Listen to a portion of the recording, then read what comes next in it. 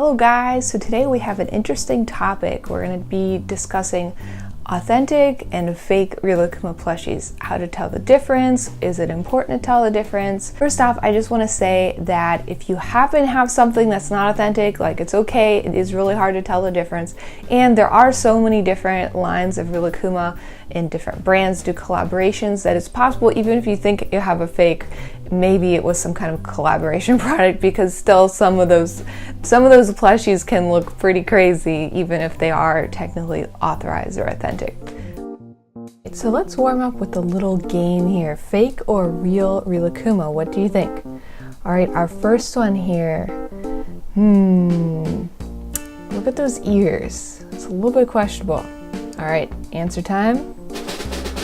They are real. These guys are a licensed plush collaboration with Mr. Donut, and they are perfectly fine. All right, our next one, a fuzzy Real Rilakkuma plush. Pretty big. What do you think? All right, answer time. Fake. This is an eBay find. All right, this one here that I have. The stitching is a little questionable. Answer is real. This is a prize toy from an arcade. All right, this should be easy. Yep, it's fake. This is also on eBay. So how'd you do on our fun little mini quiz? Pretty easy. So anyway, there are many different kinds of Real Rilakkuma plushies. There's the ones that you see in the Real Rilakkuma store. There's the ones that you see in the convenience store in Japan. There's ones you see in arcade machines. There's ones you see in the US. There's ones you see in Chinatown. There's ones you see on eBay. So there's kind of all different places that you see these plushies, and also stationary items, everything. That it's a lot to kind of go over all in one video. But I just want to give you guys some specific examples so you can kind of start to think about the different ones. So this one here, it's pretty big. The eyes and ears all look really nice. The shape is great. Now, what do you think this one is? Do you think, where does it fall into any of these? This one is actually a prize toy. So you can tell, like, maybe the head shape is a little bit different than one you'd see in the Real Rilakkuma store. So this is basically a licensed one. That means that it's allowed to be made. Senex gave permission for this guy to be made, and he's following their guidelines, safety guidelines, and that's how this one came to be. So that's good. No problems there. Next up, we have like these guys. We have a Koguma-chan plush. This one is from the Real Rilakkuma store. This is just a complete, authentic, straight from Senex, normal guy. And this one has kind of this traditional tag. Now, I could go on for hours about tags. There's a lot of stuff about tags. But once you get kind of familiar buying plushies like from Japan or other places, you get used to what the tags look like. So you'll quickly see red flags. Like this one obviously has a picture of Koguma and Real Rilakkuma on it. If it had some like random picture on it, or the Japanese didn't line up with the plushie, then red flags there.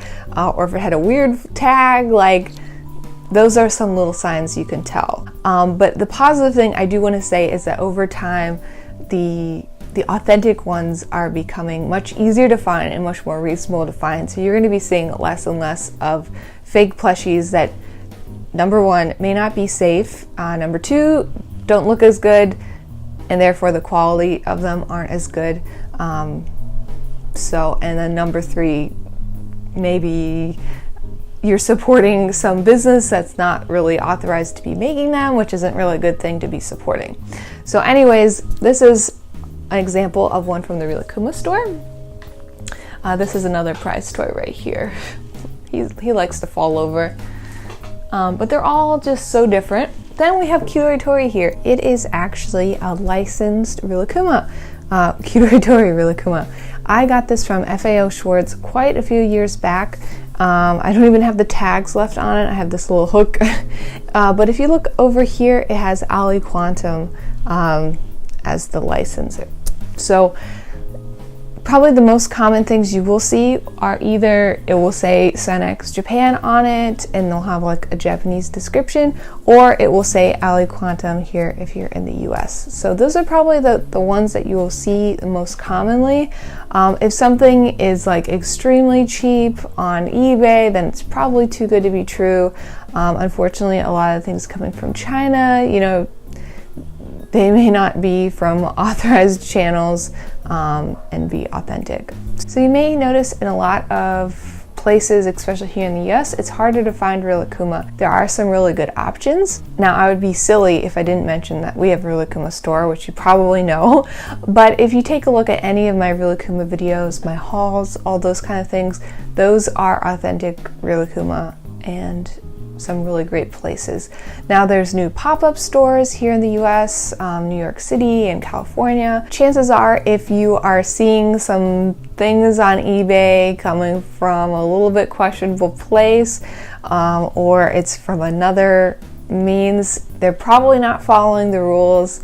It may not be safe for here or for wherever you live, and it may not be authentic. It may be something that's copied, which that's just something you have to think about. If you happen to be in Japan, obviously you are in the best place ever to be shopping at the stores and arcades and shops to find Real Rilakkuma that way as well. But anyway, let me know your opinion on this in the comments.